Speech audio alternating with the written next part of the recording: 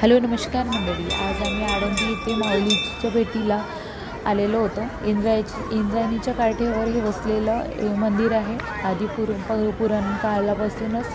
तसंच हे ज्ञानेश्वर महाराजांचं मंदिर एवढं सुंदर आहे की तुम्ही आल्यानंतरच तुम्हाला कळणार. कधी असं तर नाही की आले असेल, महाराष्ट्राची मंदिरी तर सर्व गेलेलेच असेल. इथे आत तुम्हाला दर्शनासाठी रांगेमध्ये उभं राहावं लागते आणि आतमध्ये जाऊन तुम्हाला डायरेक्ट दर्शन होत असते.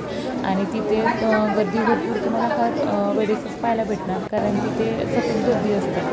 आणि तसंच तिथे लहान पिढीपासून तसं मोठ्यापर्यंत महाराष्ट्राची सर्व पिढी भेटते.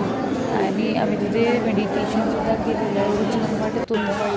एक प्रसन्न मन वाटतं तिथे. जरी तुम्हाला लाईफमध्ये कधी नाही सुचलेलं की मला आता काय करायचं आहे, काही मार्ग नसेल सापडत, तर नक्की तिथे भेट द्या.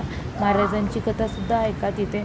आणि तुम्हाला सांगते, यामध्ये असं एक गजानन महाराजांचं सुद्धा मठ होतं. आम्ही तिथे सुद्धा गेलेलो आणि एवढं छान ते पाहायला भेटलं की तिथे मंदिर एवढं छान प्रकारे बनवलेलं होतं. आणि खालती महाराजांची